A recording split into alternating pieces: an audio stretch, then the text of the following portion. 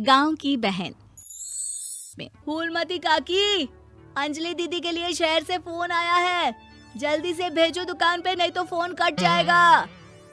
हाँ हाँ बेटा, अभी भेजती हूँ। अंजलि बेटा, तेरे लिए शहर से फोन है, सब काम छोड़ के जल्दी जाके सुन ले, नहीं तो फोन कट जाएगा। हाँ माँ, अभी जाती हूँ, जरूर मीनाक्षी दीदी का फोन आया होगा। हाय अंजलि। नमस्ते दीदी, मेरा मतलब हाय, कैसी हो आप? यहाँ तो सब ठीक है। मामा मामी कैसे हैं? तू कैसी है? मेरे तो एग्जाम्स होने वाले हैं, हर रोज कॉलेज जाना पड़ता है, lectures, extra classes, private coaching. ओ मैं तो इतना थक जाती हूँ, क्या बताऊँ। आपकी कॉलेज वाली बहन जी आपको इतना पढ़ाती है, तो घर कब जाती हैं आप दीदी? अरे नहीं, ये सब सिर्फ मेरी प्रोफेसर नहीं पढ़ाती, मैं अलग से दूसरे टीचर्स के पास भी पढ़ने जाती हूँ।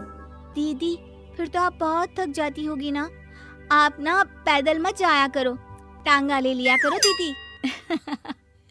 नहीं मेरी भोली बहन, ना मैं पैदल जाती हूँ, ना ही यहाँ टांगा मिलता है, मैं बस से जाती हूँ और थोड़ी दूरी के लिए रिक्शा ले लेती हूँ। सच्ची? वहाँ पर टांगे नहीं बस चलती है?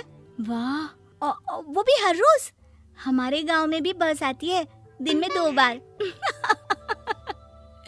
यही तो खास बात है शहर की, यहाँ बसें पूरा दिन दौड़ती हैं सड़कों पर, और सिर्फ बसें ही नहीं, कार, स्कूटर और ट्रक भी, और तो और थोड़ी दूरी पर तो हवाई जहाज भी है, जहाँ से हवाई जहाज आसमान में उड़ते हैं। अच्छा दीदी, मैं फोन रखती हूँ, बुआ जी फूफा जी को मेरा नमस्ते कहना। हाँ माँ, हम लोग शहर में क्यों नहीं रहते? बुआ जी, फूफा जी और मीनाक्षी दीदी तो शहर में ही रहते हैं। अरे क्योंकि तेरे बुआ जी की शादी शहर में हुई थी, इसलिए बेटा।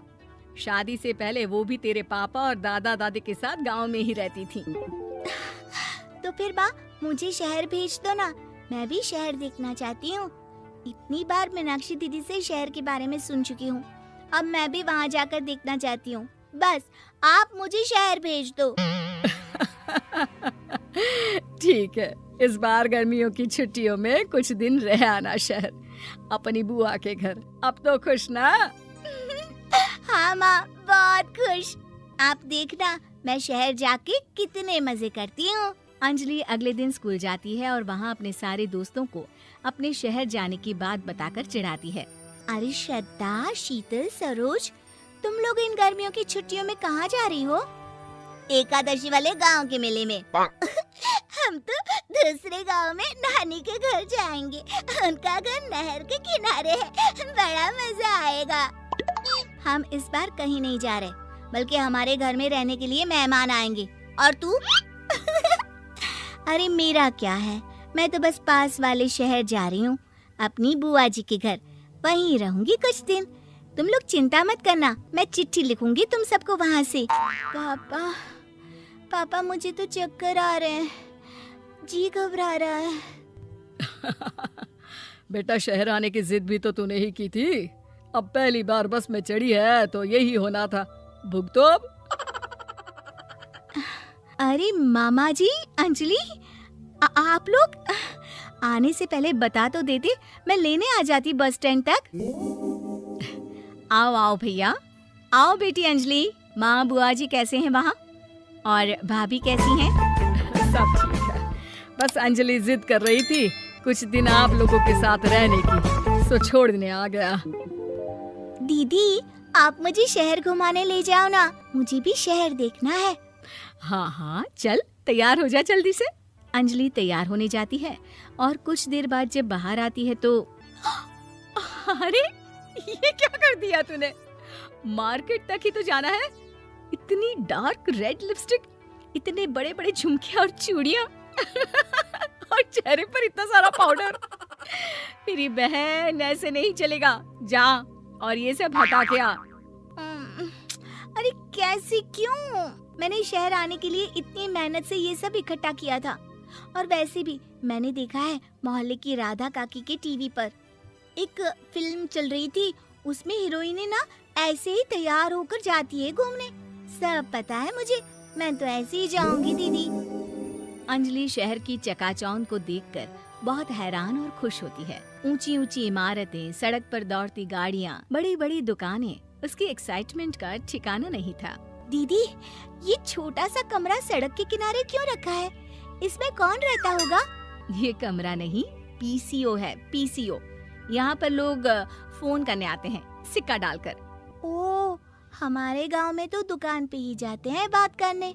अच्छा चल, तुझे रेस्टोरेंट में खाना खिलाने ले चलती हूँ। Excuse me, 2 plate noodles please and 2 Cola. Meenakshi को ऑर्डर प्लेस करते हुए अंजलि बहुत ध्यान से देखती है और थोड़ी ही देर में ऑर्डर लेकर वेटर आ जाता है और खाना टेबल पर रख देता है। अरे, ये लंबी लंबी सेवइयाँ खाते कैसे हैं दीदी? और इसके साथ कोई अचार, प्याज, मूली कुछ भी नहीं दिया, बस ये छोटा सा पेट खुजाने वाला दे दिया है। गांव में तो छोटे छोटे चावल ही होते हैं जो कि हाथ से ही खा लेती हूँ। अब इसे कैसे खाऊं दीदी? एक्सक्यूज मी, एक चम्मच प्लीज, और लिटिल प्याज और अचार और मूली और एक गिलास मट्ठा, वो बाद में। हाँ, अब ये सब सुनकर आसपास बैठे लोगों को हंसी आ जाती है। मीनाक्षी भी अपनी हंसी किसी तरह रोकने की कोशिश करती है और वेटर मुस्कुराता हुआ वहाँ से चला जाता है। अंजलि समझ नहीं पाती कि सब किस बात पर हंस रहे थे, लेकिन वो छिप जाती है। दीदी, मुझे लगता है कि मुझे इन सेवइयों को ऐसे ही खा लेना चाहिए, इसी पेट खुजाने वाले कांटे के साथ। एक काम कर, तू मुझे खाते देख, जैसे मैं खाऊं तो भी वैसे ही खा ले। ठीक है दीदी। अंजलि खाते खाते नूडल्स में सिरका ज्यादा डाल देती है, फिर ऊपर से नमक दानी से खिलते हुए काफी नमक भी अनजाने में छिड़क लेती है। अरे, ये क्या क्या खा लिया? अरे हाय हाय, कितना कड़वा है। पानी पानी, ये काला शरबत ही पी लेती हूँ। और जल्दबाजी में अंजलि जल्दी जल्दी कोला पी लेती है, जिससे उसके नाक में झंझनाहट होती है। दीदी, मुझे ले चलो यहाँ से। मैं ये सब शहरी खाना नहीं खा सकती। अब शर्म के मारे मीनाक्षी अपनी बहन को वापस घर ले जाती है और कहती है कि देख अंजलि, माना कि शहर और गांव एक दूसरे से बहुत अलग हैं, लेकिन इसका मतलब ये नहीं कि हमेशा शहर ही बेहतर हो और उस वजह से हमें वो सब करना पड़े जो हम नहीं कर सकते। शहर में सहूलतें तो हैं ही, पर चुनौतियां भी हैं। हम जहाँ भी रहें, हमें कभी अपने आप को कम या ज्यादा नहीं समझना चाहिए। और किसी भी नई जगह में ढलने में समय लगता है, उसके लिए तुम्हें दूसरों की नकल करने की कोई जरूरत नहीं है। बेटा, घूम लिया शहर या अभी और घूमना है? नहीं पापा, मैं अपनी गलती समझ गई हूँ। आप गांव ही ले चलिए मुझे।